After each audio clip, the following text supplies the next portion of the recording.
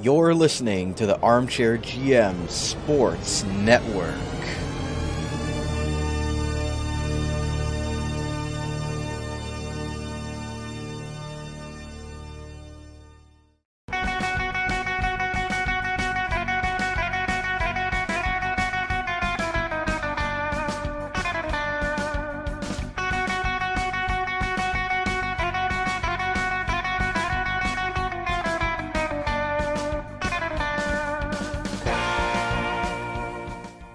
Time to sharpen those swords. You're listening to Sabres Semantics, a hard-hitting interview and discussion show featuring players, alumni, media, and all others who cover the NHL's Buffalo Sabres.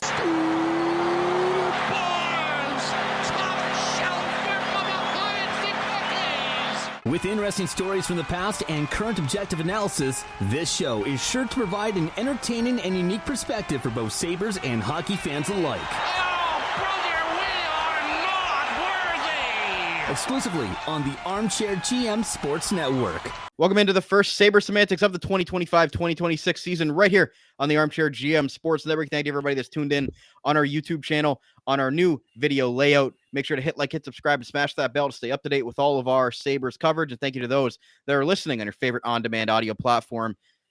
Back for another season of Sabres Semantics right here on the show. We're going to have a lot of great guests on as well. Some beat reporters over in Buffalo. We're going to do some more in-depth prospect look with Austin a little bit as we go forward into the season. We're going to look ahead to the prospect challenge today as well on the show. But to open this first episode up of this season, we're going to look back at what was an interesting offseason for the Buffalo Sabres. You know, whether you want to say an interesting in a good or bad way. We're going to get into the additions, the subtractions, the re-signings that Kevin Adams was able to do. We'll get the fan polls as well, what you fans out there thought of this offseason for the Sabres, your biggest acquisitions, and how you would grade it in Kevin Adams, what he was able to do with the drafts, with the signings, with the trades. The Sabres were active and did add in some players and bring some players back. But, with what we thought this offseason might be, could be underwhelming to some people within the Sabres Twitter. Again, make sure to give us a follow on X at Sabres Semantics. Stay up to date with all of our Sabres coverage, as well as get in on our fan polls. Brandon Caputo and Austin Broad are with you. Austin, great to be back with you. We've been trying to figure out when we get going with this show again, but we end up just deciding to wait until we get ramped up at the beginning of September. We're going to do a quick offseason episode here.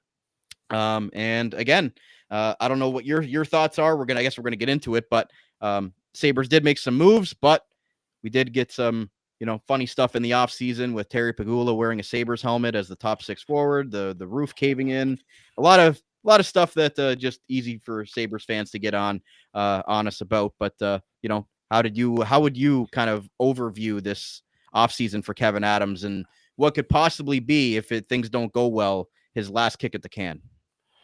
Yeah, I mean, I will say it wasn't the roof that caved in. I have an inside source there. It was literally just a sprinkler head. So can't really blame, the Sabres for that one as much as we would like to. The offseason itself, like I said, this is a good time to kind of talk, right? We have a quick little bit here just to kind of summarize the offseason because it was a long one and, nothing. There are a couple major things, but there actually was there is obviously a lot to talk about. But we're finally gearing up here for the season, a much more normal September for the Sabres organization. But yeah, I mean, the offseason was, again, it's the same criticism for Adams that I think most people will have, right? You weren't acting like a GM trying to save his job. Now, realistically, this year, I think there actually might be a counter argument to that, which is maybe the team was saying hey, we're not going to let you. But then the more that I'm saying this, it makes no sense because they let him trade JJ Peterka and they let him trade Dylan Cousins in last trade deadline. So I don't know. Maybe I don't really know, but I do know what had happened this offseason was half of what I originally expected. But the other half, the shoe never fell, right? We got the top six forward moved out for a top four defenseman, which I think we all were expecting. And I think the JJ Peterka stuff, which we'll get into here, obviously in a little bit, because that's the biggest storyline here. I think that kind of became a little bit of reality the night Frank Saravalli I think it was the night before the trade deadline.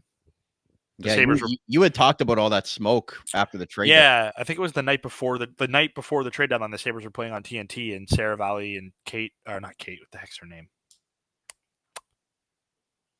The girl, the insider for TNT, her name's escaping me right now. They both kind of just dropped the bomb that, hey, JJ Peterka might be available, and teams are going hard to try and acquire him at the trade deadline. Nobody believed him, obviously, because he was one of the few productive Sabres forwards. And then as the offseason kind of kept ramping up, Sarah Valley just kept hammering it home, almost to the point where you could clearly tell he was being a mouthpiece for the agent, because clearly that's where he was getting all this stuff from, which is fine. That's how these insiders get their info. He ended up being right. The Sabres moved on from Peterka, got a top 6 defenseman and a potential utility piece in Josh Doan.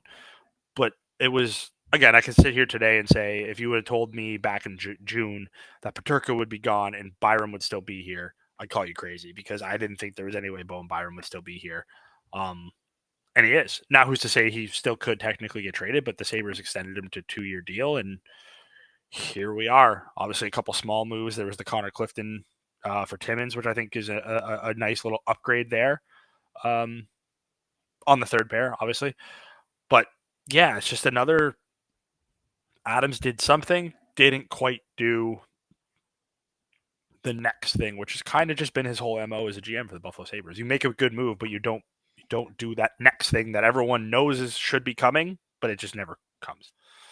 And we had kind of looked at it going into the offseason, was where the Sabres going to be as active. We always hear that Adams is one of the most active GMs talking trade, but whether he's taken seriously by all those GMs and whether or not any of those things really materialized other than the Peterka thing, you heard names swirling around that could be available, big game hunting for the Sabres. But I think that probably Kevin Adams looked at these guys that he had to re-sign and probably thought that he couldn't, even though that they have the cap space, go out and waste all of their cap to be able to get one of those top end guys.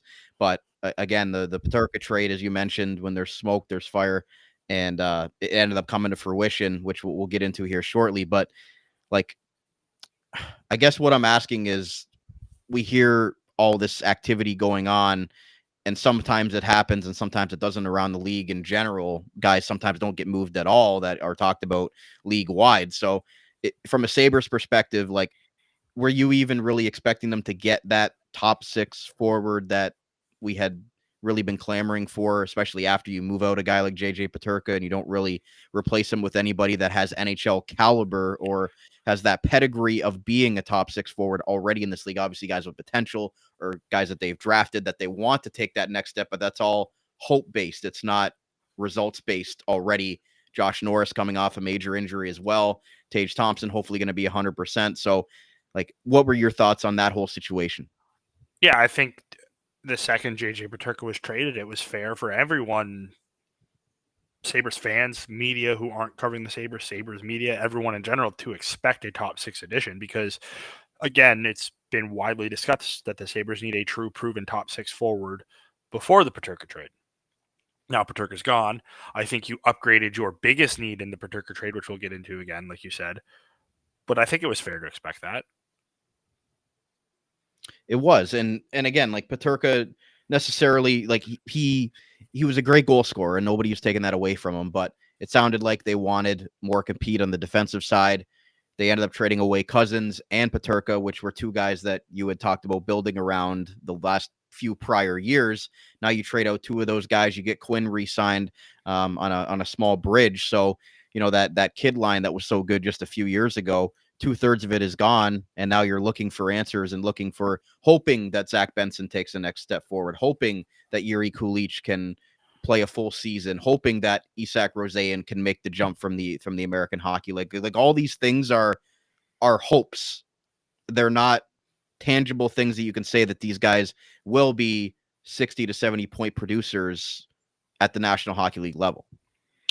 Yeah, and I think, I'll say one difference between Cousins and Peterka, and this isn't even speculated anymore. It's very clear that this is what happened. Cousins wanted to be a part of the solution here. It's very clear Peterka did not.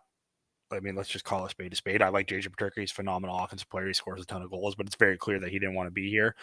So much to the point where the Sabres, who had all the power, right? Like he wasn't arbitration eligible. A team could have offer sheeted him, but let's be honest, the offer sheet, the contract that he signed with Utah, if that's an offer sheet that could sign to your Kevin Adams, you clearly match that. Peterka was never going to sign an offer sheet because he didn't want to be here, and the threat of the Sabres matching was there. Obviously, there's a way it could have been constructed that it could have worked out, but I think just like, again, the Sabres gave in. The Sabres essentially said, Peterka, you don't want to be here. We're just gonna we'll upgrade our team and we'll trade you. I think, Cousins had already locked in here, so I think, the two differences there. Everything else, the hope and stuff, again, when we get into the season, we'll get into that obviously when we do our preview, but I will say I see a much more clear strategy than hope. The hope is definitely there in terms of who's going to replace Peterka, right? Because they never got a top six forward.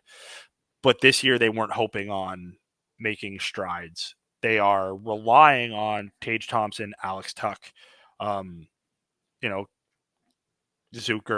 McLeod, Norris. Well, Norris is a different category. Those four are the proven ones to me. Right. They're hoping Norris can stay healthy. They're hoping Quinn gets back to form, which isn't great.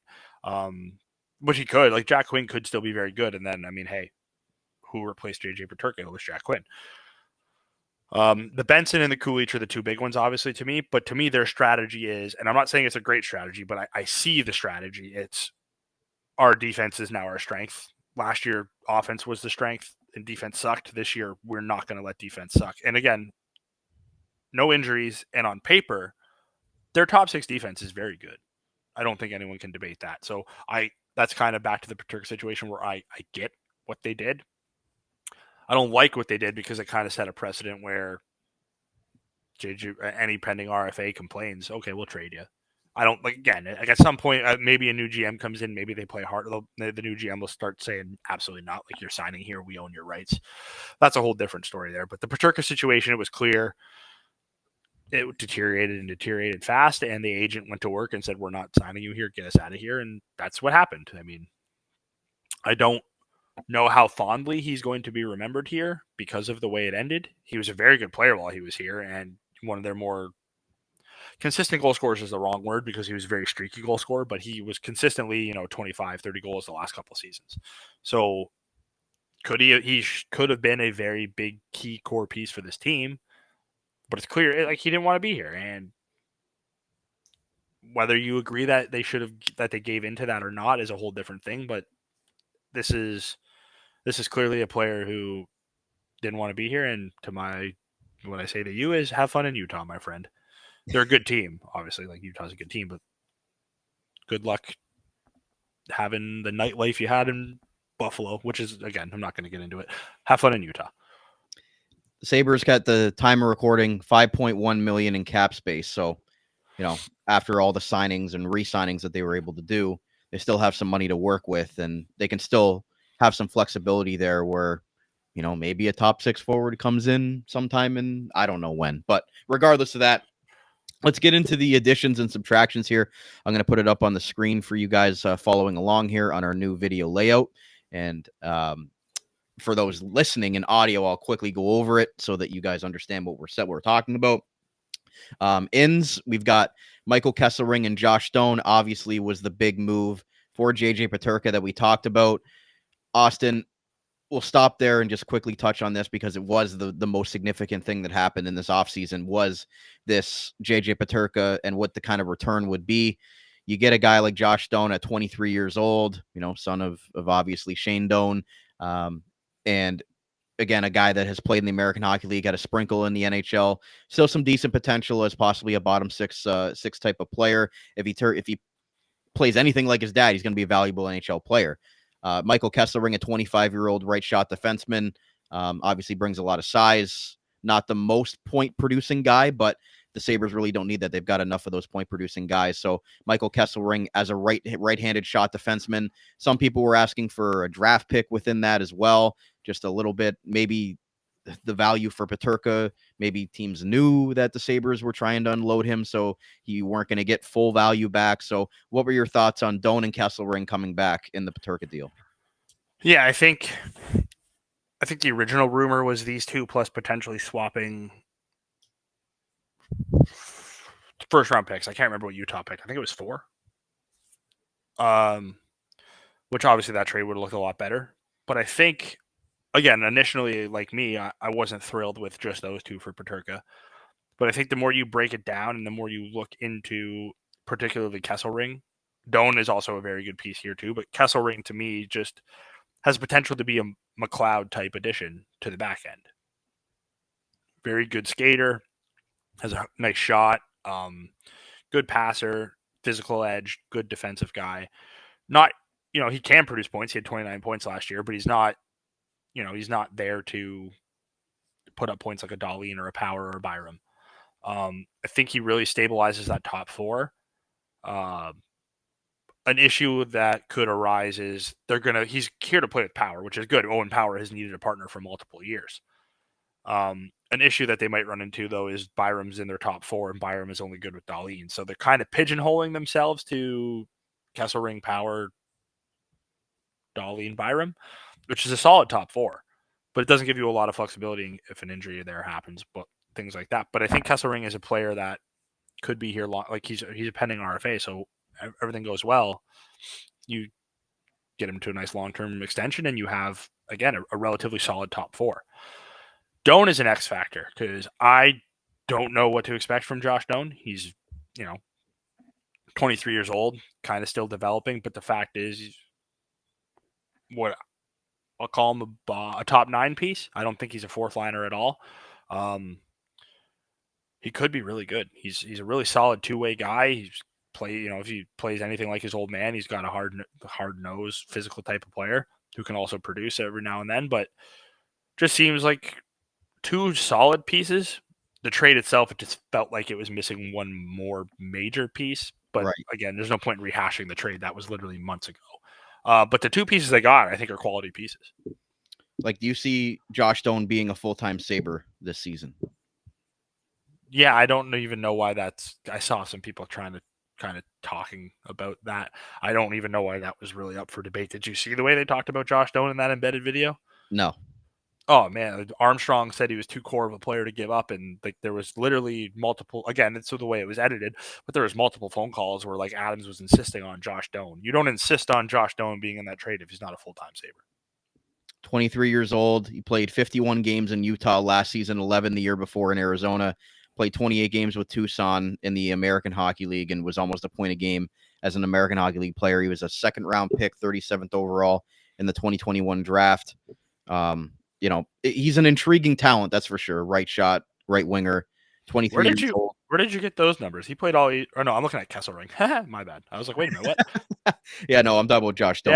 Yeah. You're talking. Yeah. My bad. I think we all know what Kesselring brings to the table. I think people that watch the NHL enough know that he's a quality right shot top four defenseman, and he's definitely a guy that's going to be fitting in that Sabres top four because they've got so many left shots up there that you just think that automatically he's going to be, at least if not on the top pair, at worst on the second pair. Yeah, Kesselring is your top four defenseman to play with Power. I don't think there's any debating that because that was, again, has been the biggest need. Not even a partner for Power. A top four defenseman was their biggest need last year, particularly a partner for Power. You probably could have argued they needed two top four defensemen. They're going to rely on Byram, which if he's with Dahlin, that can work. Can be downright dominant at times. So I think that's good. But yeah, Doan to me he's the X factor here. I don't know where he slots in on the Sabres roster, but he's a Sabre. He to me is a Buffalo Sabre this year, unless injury or he literally just looks completely lost in the preseason. But I just don't see that happening. Matthew Fairburn had a nice article about Kesselring, which again was like, oh, you read that article and the way people talk about Kesselring, you're like, holy hell. Well, the way people talk about Josh Doan is like there's not a bad thing to say about this kid, and I think he could be a player. Don't expect like elite level production from him, but expect like just quality two-way play, which is what the Sabres need, and it's very clear that quality two-way play is what this MO is for Kevin Adams going into his last year of his contract. Because look at just everything that they've done has been defense first. That's the acquisition of Timmins, trading Peterka for a guy like Kesselring, and a defensive forward like Doan. Danforth, the free agent signing, quality, two-way fourth line player. Everything about this is we trust our offense. We just need to play better defense. We'll see if it works. Yeah, I mean, I think Josh Stone's intriguing because maybe slots in more as a third line player, but in case of injury or some sort of line combination, maybe he can play on the second line. Again, like, is that too much to ask? I don't know. We'll see, right? My only worry with Doan is I would also have him on the third line. I think I would have, in a perfect world, given the roster, your second line's probably Norris, Tuck, and Quinn. Your first line would be Coolidge, Thompson, Benson because they played so well, and then your third line would be McLeod, Zucker, Doan, and then have your fourth line be any combination of Greenway, Malenstein, Krebs, Danforth. In a perfect world, but we'll see. That's why I'm looking forward to the actual preseason. I know preseason stinks, but we'll actually get to see some tinkering this year because last year they had to take the entire roster over to Europe, so we kind of knew who the roster was. So it'll be interesting. They have time to tinker, and I will be looking forward to that aspect of it. So we'll move on to a couple of the other acquisitions this offseason. You quickly touched on Connor Timmins, that move, and Connor Clifton going out to Pittsburgh. Connor Timmins coming in along with Isaac Beliveau, probably more so going to be a Rochester type of guy, 22 years old. But Connor Timmins, 26-year-old defenseman from the Niagara area, drafted originally by Colorado, moved around a little bit, played for the Leafs. A guy that's sought after as a solid NHL bottom pair defenseman. Moving out Clifton, who just did not fit in from the time he was signed here. Did have a better second season than his first season, but wasn't really saying much. But quickly touch on what you think Timmins, if he's going to be, that third pair kind of guy for the Sabres, and obviously moving out Clifton was probably an addition by subtraction. Yeah, I think Timmins is clearly a nice upgrade on the third pair, as long as that's where he slots. He had a nice run with Pittsburgh after Toronto moved on from him. They had a very nice run with the Penguins. So, spot in a pinch, play the top four, yeah, but kind of belongs as that right D3. And I think he'll be a pleasant surprise. I'm not, again, we're talking about third pair defensemen. So when I say pleasant surprise, he's not going to go out there and get his teeth kicked in, which is all you really want from your third pair. And if, again, when we get based off the construction of the D, it kind of seems like the third pair is going to be a Samuelsson-Timmins. If Timmins can drag Samuelsson to relevancy and make him kind of play the way we know Samuelsson can play when things are going well, because when things are going well for Samuelsson, he's very serviceable. Things just very rarely go well for him. So it'll be interesting, but I like that acquisition. I think, like you said about Clifton, it never really got off here. Think Granato tried to set him up for success. Then he was gone, and it was kind of, what is he going to be? He kind of seemed like a good Lindy Ruff type defenseman too, but it's just too many dumb penalties, too many turnovers. He was too inconsistent. I think, well, he's going to be in Pittsburgh. They're not exactly great either, so it's not like you can say, is he useful on a better team? Because he's not going to be on a better team. But just never really clicked here, and I know you had to attach a second to him, but saving some money and upgrading the quality of play from your right D3, again, it's one of those moves by Adams where it's, hey, that's a pretty savvy move. It's just so hard to give him credit because he's always leaving you wanting more. As much as we liked James Reimer as a backup, 37 years old, they bring in Alex Lyon, who's been a journeyman, 32 years old, most recently with the Detroit Red Wings. What do you think he's going to bring to the position? Obviously behind Luukkonen and whatever we see from Devin Levi as the X Factor, who's re-signed to a 2-year contract as well. But what do you think of bringing Lyon in to replace Reimer? Oh, I love it. I think Lyon is a very, not underrated because whatever, that word gets thrown around a lot, but he can give you what James Reimer gave you last year, but he's only 32 compared to late 30s. So you don't have to worry about his, no offense to Reimer. Reimer played very well down the stretch and the Sabres had to rely on him. But it was pretty clear at the end of the year, hey man, Reimer was an older player. He probably wasn't coming back. And if he did come back, there's no way that you could even bank on the same level of play.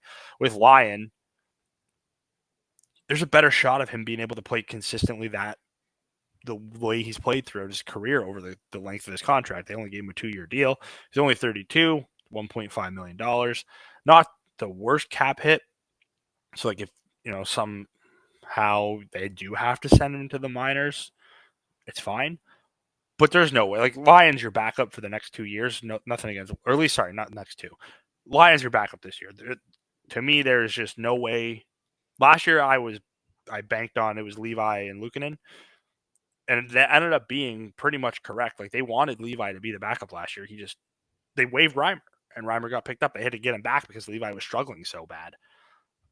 This year, there's just no way. It's Lyon and Luukkonen, and that's what it's going to be. Levi is going to be the start in the year in Rochester. We'll see what happens after that. But to me, I think Lyon was a really solid signing. I wouldn't, if Luukkonen plays the way he played last year, like Lyon's probably the starter by the end of the year. I don't expect Luukkonen to be that bad as he was last year, but that's the kind of player I think you got in Lyon, where he's just steady. He's not elite. He's not terrible. He's a steady goalie you can throw out there. And let's face it, last year the Sabres needed steady goaltending. And I think improved defense will help both Lyon and Luukkonen this year because, again, it's not all Luukkonen's fault last year, but you have more consistent goaltending from the backup position and hopefully your starter, along with better defensive play. Again, I don't necessarily agree with it, but I see the vision that the Sabres front office put forth in this roster. And rounding out the bottom six, we talked about last offseason that was Evan Adams' big MO. He brought in Sam Lafferty, didn't really work out. Nicholas Aubé-Kubel didn't really work out. They've brought in a couple of depth pieces here. And you mentioned Justin Danforth, Zach Jones, Jake Leschyshyn, and Carson Meyer. One, do you see any impact from any of those guys? And two, obviously Lafferty and Kubel, just did not bring anything that they were expecting as bottom six players. Yeah, no, again, getting Chicago to give you something for Lafferty, you take that to the bank. But also it's the same thing, right? Your whole reconstructed fourth line you thought was going to make you harder to play against and make you a better team. The only one here is Malmstein. And as I said, the signing of Danforth, there's a chance Malmstein's your extra forward because, again, we'll see what happens. Krebs is a rough guy. Like, Lindy Ruff likes Peyton Krebs the way that he plays. I know people hate Peyton Krebs, but like he was shining a little bit better offensively at the end of the year, but he also is still that forechecker who's not afraid to mix it up. And Jordan Greenway's making $4 million. So, like, Greenway's not a fourth liner. In a perfect world, I would have him on the fourth line, but it's not a guarantee he's a fourth liner.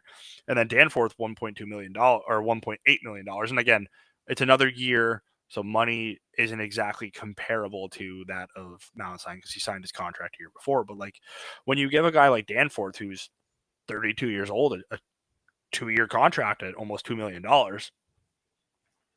to me, that kind of seems like you have a plan for him to be playing consistently. Like he played since he signed with Columbus. He's only played 8 AHL games, dating back to 2021. It's like this dude's an NHL player, right?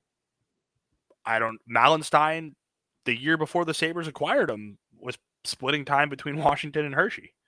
So there's a world where your entire fourth line that Lindy Ruff and Adams got for Lindy Ruff's first year here is not playing, which in hindsight is hilarious because Malmstein cost you a second-round pick. But again, I'm all for whatever makes the team better. So if Danforth makes the team better instead of Malmstein, yeah, you got to play him. I'm excited to see what Danforth can do.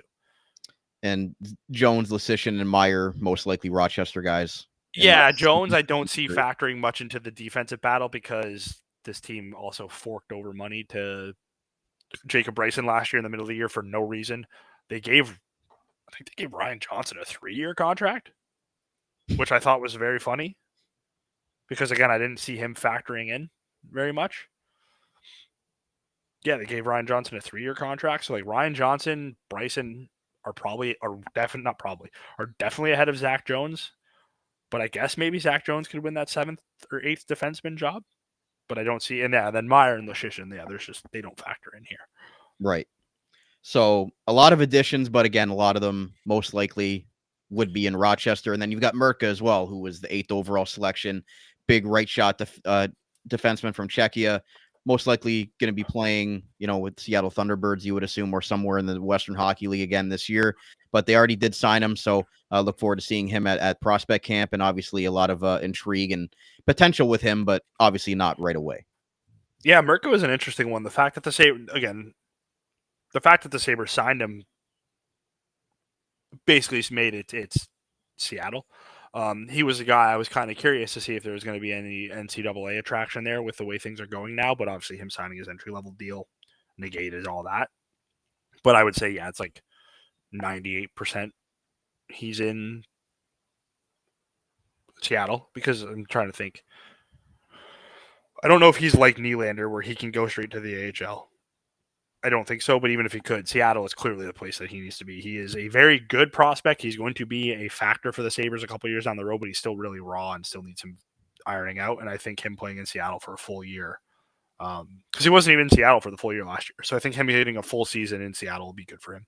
Absolutely. So we're going to take a quick break. We're going to come back. We're going to get the fan polls. We're going to discuss the re-signings for the Sabres. We'll look at some other news as well regarding Rasmus Dahlin, Tage Thompson, and some national broadcast news, and looking ahead to the prospect count. So stay right here. We're right back on Sabres Semantics on our off-season episode right here on the Armchair GM Sports Network. We'll be right back after this. J&L Flooring is a Niagara-based specialty flooring and design company. They take great pride and provide elite customer service and support. They are a specialty flooring and decor boutique shop with a beautiful showroom, great pricing, and a wide variety and truly unique selection of products. All their products are environmentally friendly and responsibly produced, so you can feel good about your flooring choices. Their goal as a local business is to build authentic relationships based on honesty and integrity that they foster with respect and authenticity. Offering a unique and wide range of quality products presented by a knowledgeable and patient team, they connect with our customers, simplifying the process to make your life easier and to make your home more beautiful. Visit them at 4424 Montrose Road in Niagara Falls, or find out more at jnlflooring.com. If you think you can get a better deal anywhere else, you don't know Jack at J&L Flooring. In the Niagara region, Global Pet Foods is your destination for premium pet nutrition and caring expertise. Whether you've welcomed a new furry family member or need advice on top quality nutrition, their dedicated staff is ready to help. Discover why Global Pet Foods' lesser-known premium brands outshine the big corporate names. Their team's passion ensures your pet's health and vitality. Check out one of their locations today: 3643 Portage Road in Niagara Falls, 160 Highway 20 in Font Hill, or 400 Scott Street in St. Catharines. Global Pet Foods, where premium brands and caring staff make the difference. Are you an employer looking to hire? Let the Niagara Employment Help Center save you valuable time and money by making your hiring process easier. Their services include free job postings in-house and on our website, fill job vacancies quickly and efficiently, access to a bank of potential employees, reduce employment costs, and financial incentives may be available to offset the costs of new hire training. Check out their website at ehc.on.ca or call 905-358-0021 for more information. The Niagara Employment Help Center, helping people find work since 1983. This Employment Ontario program is funded by the Government of Ontario. Wild Bill's Auto Repair is your local center for auto maintenance and repair in the Niagara region. Since 2012, Wild Bill's Auto Repair and Body Shop has been helping customers stay safe and confident on the road, knowing their vehicles in top running condition through their services. Located at 7868 Oakwood Drive in Niagara Falls, the garage started as a tribute to the owner's father, William Robert Hunter, who passed away, continuing the same community spirit and high level of service which customers came to expect from him back at Hunter's Auto Repair. Their multi-award-winning auto shop has earned the trust of the Niagara community with its fair treatment of all customers, who can feel confident they'll get the trustworthy advice and repairs during their visit. Their experienced crew loves meeting new people and looks forward to forming a lasting partnership for the care of your cars. To find out more or to book service, contact them today, 905-358-7868 or wildbillsauto.ca. Wild Bill's Auto Repair, helping customers stay safe and confident on the road since 2012. You're listening to the Armchair GM Sports Network.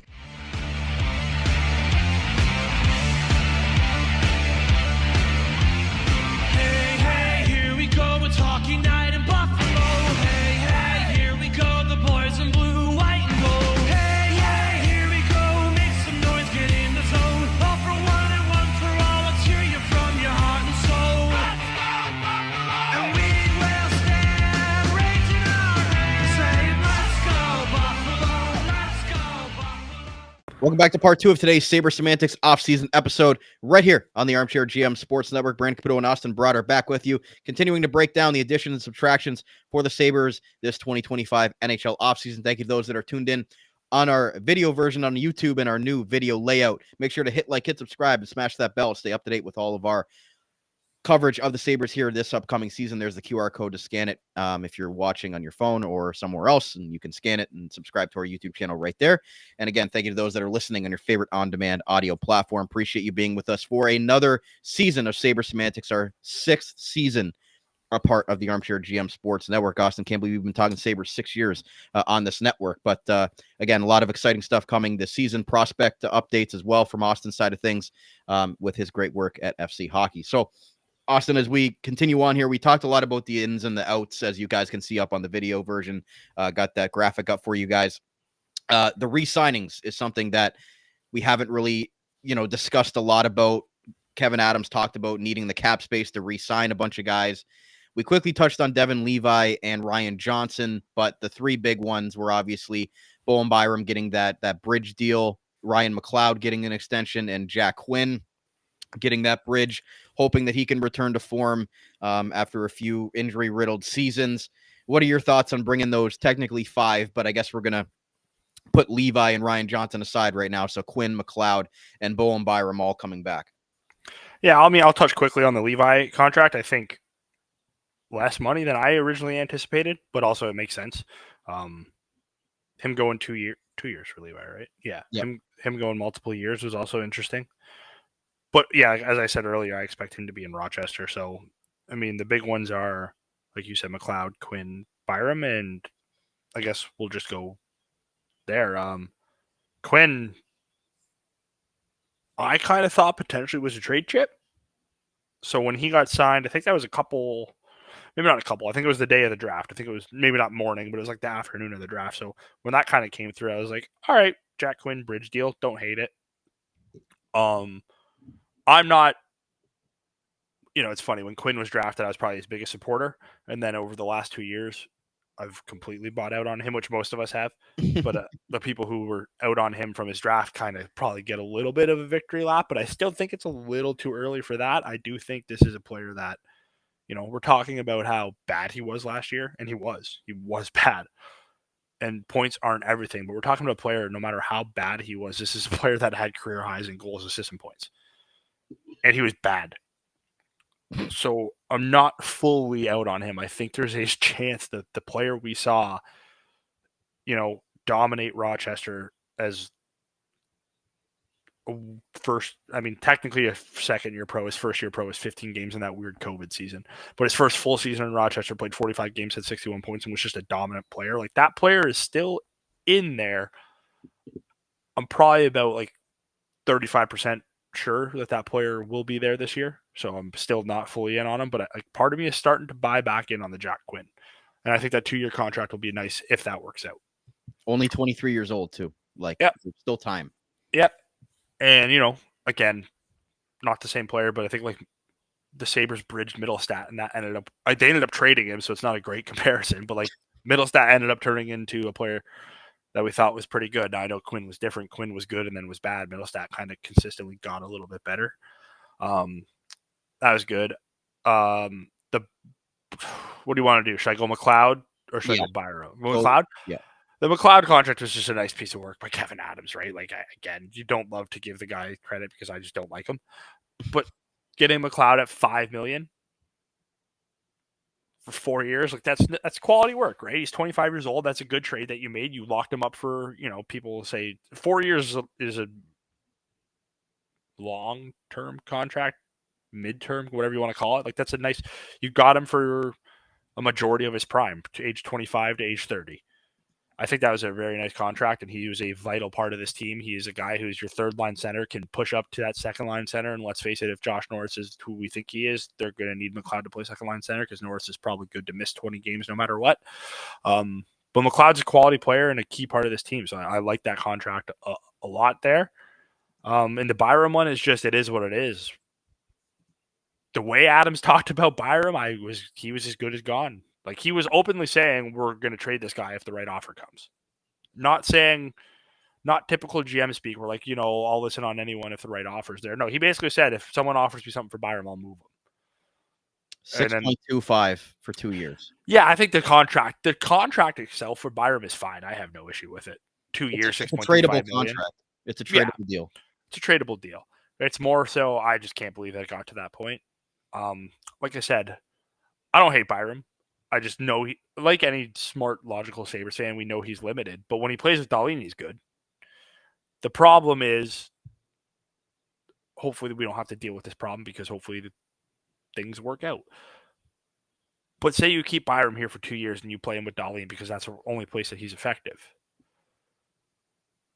You're setting yourself up for where if your team gets good,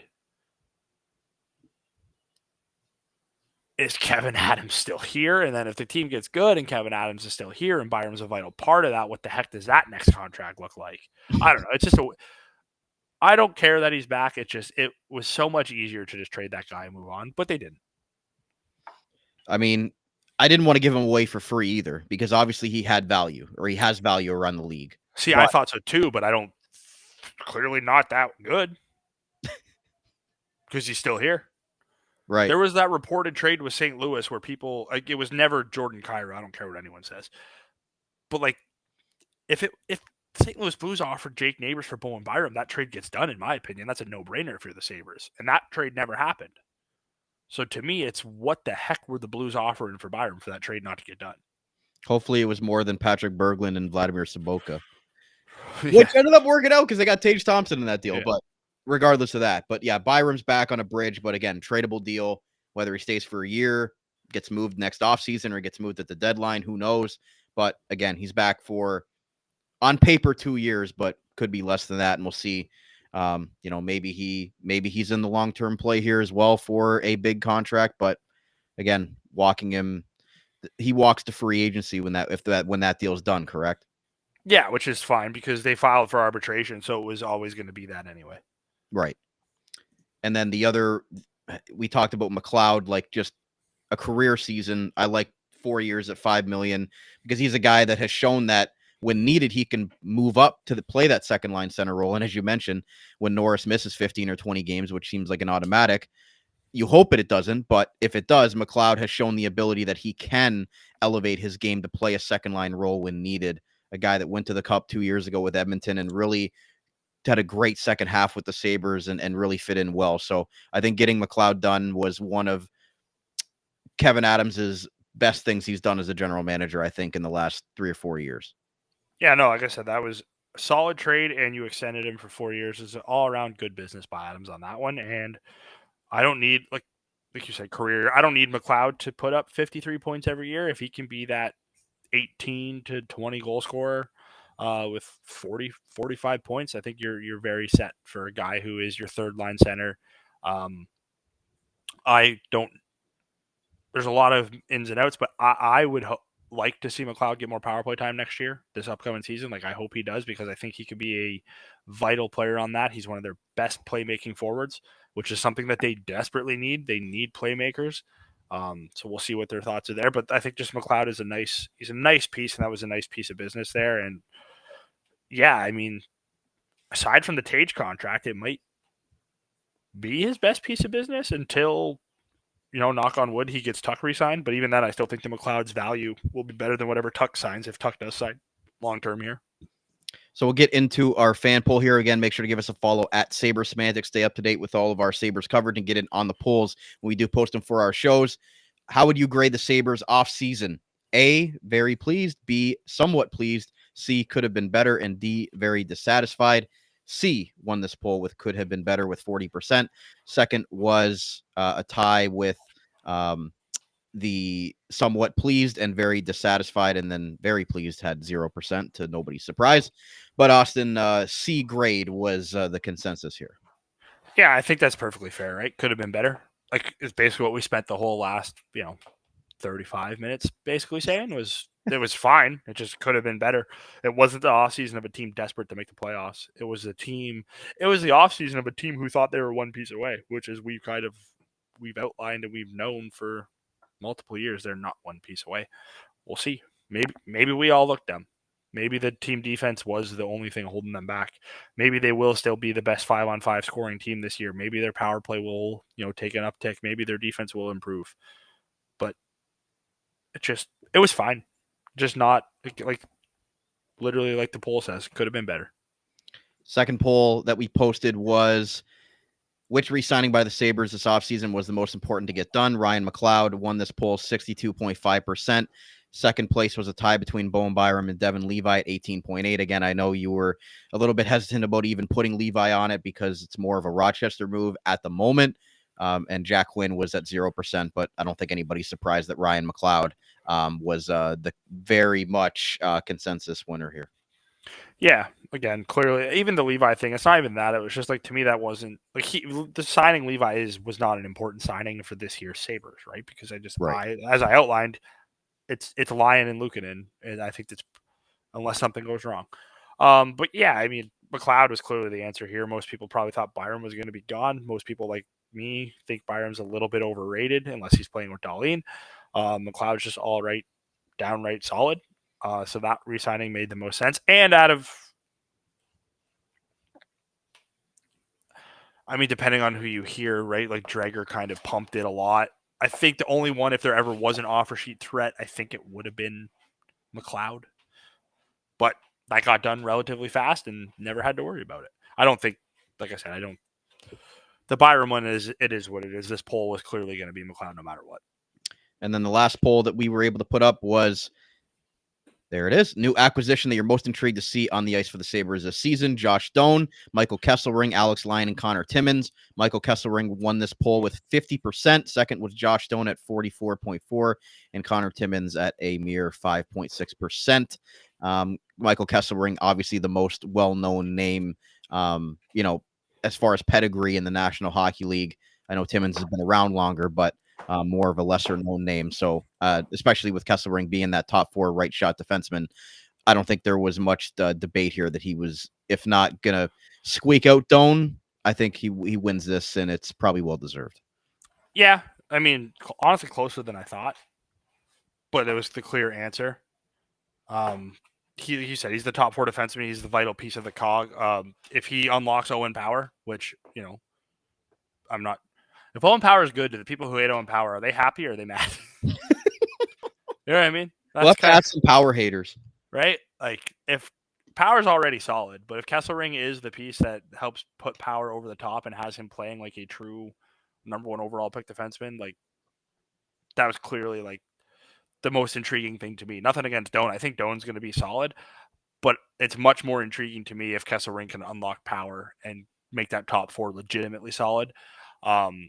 Secondary to that would be, where does Doan fit in and how well does he play? But clearly, to me, like, and as the poll says, I think most closer than I thought, but to me, it was Kesselring in a landslide is what I thought it was going to be. I thought Lyon would at least get 1 vote, but I think people just hate goaltending, which is fair. I don't like goaltending either. Like, there's 3 goalies in this league you can trust to be good year over year. Like, Luukkonen was almost downright dreadful last year, and then 2 years ago was dominant. Right. Lyon is just, like I said, I think he's going to be an underrated part of this team because I think he's going to be able to take some pressure off Luukkonen. But that's like Alex Lyon's. He's not a sexy goalie name. Like, I get it. I get why he got 0. So it would have been a B if they would have got a top 6 forward, in your opinion, which was pretty obvious. Yeah. I don't know though. Like, simply like moving Peterka and Byram out and just replacing them, to me, like, it would have been like if we're sitting here today and they traded Byram for like Jake Neighbors, it's probably still a C because now there's a gaping hole in your top 4 defense. Right. Unless you're expecting Merca to make it as a 19-year-old rookie. Yeah, like, to me, what really would have put this offseason to like a B, almost like borderline A, was been get two legitimate defensemen, 3, because I think Connor Timmins is legitimate, but he's his bottom pair, as I've said. And a top 6 forward. They didn't get a top 6 forward, but they also have 2 top 4 defensemen, so it kind of balances. Like, yeah, I don't know. Like, simply getting a top 4 defenseman and a top 6 forward in here with their 2 trade chips probably would have just made it similar because you would have just been replacing 2 guys with 2 different guys. You wouldn't have been adding to the roster. But like I said, well, they're banking on Jack Quinn, Zach Benson, and Yuri Kulich, I guess, which is, I mean, hey, all 3 can't be bad. So that's our off-season overview, I guess, in 45 minutes that we were able to do that we've been sitting on for about a month and a half. But again, we'll see. We'll start to break down what the lineup's going to look like as we more so get into the season here. But as we wrap up, we got a little bit of business to talk about here, a little bit of news. We'll start off here, Austin, as I pull it up on the screen. We'll start off with let's do this. Sabres to appear 7 times on national broadcast this season. Again, we had a little bit of discussion before coming on about, what this actually meant. I know it's less games than the Sabres had the previous year as well, but does that count towards streaming? Does it count towards actually on national television, or as well with the increased amount of games that are going to be on these streaming platforms? According to this press release, it talks about their 75 games are, the Sabres will play 4 times on TNT and 3 times exclusively on ESPN/Hulu Plus. So again, a streaming service there. They'll be playing Detroit on TNT, Toronto on ESPN, the Flyers on TNT, the Flyers again on ESPN, the Flyers again. They play the Flyers 3 times in these games on TNT in January, and then another January game against Carolina, and finishing off February with a Tampa Bay game on ESPN Plus. So again, 7 games, less than the year before. Austin, I don't know if you got any quick thoughts on this. No, right. You're not that good of a team, you get less national TV games. Right. And playing the Flyers 3 times on national TV is wild. That's my only thought, really. Like, that's whatever. That's insane. So then we look at Rasmus Dahlin, going to be a guy that we're looking at here, named top NHL player born this century. So what are your thoughts on, I guess, this random thing that came out last week? I guess this is for anybody that's born after the year 2000. I guess. Yeah. I mean, I don't really have thoughts on it other than, Dahlin's a very good player, and this team and market owes it to him to build a solid team around him to get this guy some national attention, because I don't think he's getting enough attention for the player that he really is. I just like, this dude was not on the Sabres. He's probably, I'm not gonna say he's won a Norris, but he's definitely been the runner up to the Norris a couple times if he's on a good team. So it's up to the Sabres to finally do something about it. Otherwise, we're looking at another first overall pick captain that they're gonna have to trade, because he's not gonna want to be here much longer. And like I said earlier, the Peturka situation, you set a precedent. People don't want to be here, you move them. Apparently, that's what you do now. So you have to be careful with how you handle him going forward. And there was that conversation with Kevin Adams that, yeah, that's the whole other thing. If you're Rasmus Dahlin, what the, like, what? This is after I talked to you at the trade deadline, Kevin. You laid out a plan for me, and this is what you did. I don't know. Maybe this was enough to make Dahlin happy, but I can't sit here and actually believe that. Maybe Michael Kesselring will make him happy on that right side. Like I said, maybe we're underrating the improvements that they've made on defense, because a lot of people are talking about, who was it? That Jay Fresh, he put out his model, and his model as the Sabres projected as 93 points in the second wild card. So, I mean, maybe the defensive improvements, again, if everybody stays healthy, aren't good enough. We'll see. And then lastly, the thing that we're looking towards next on the Sabres calendar is the prospect challenge thing that they've done the last few years.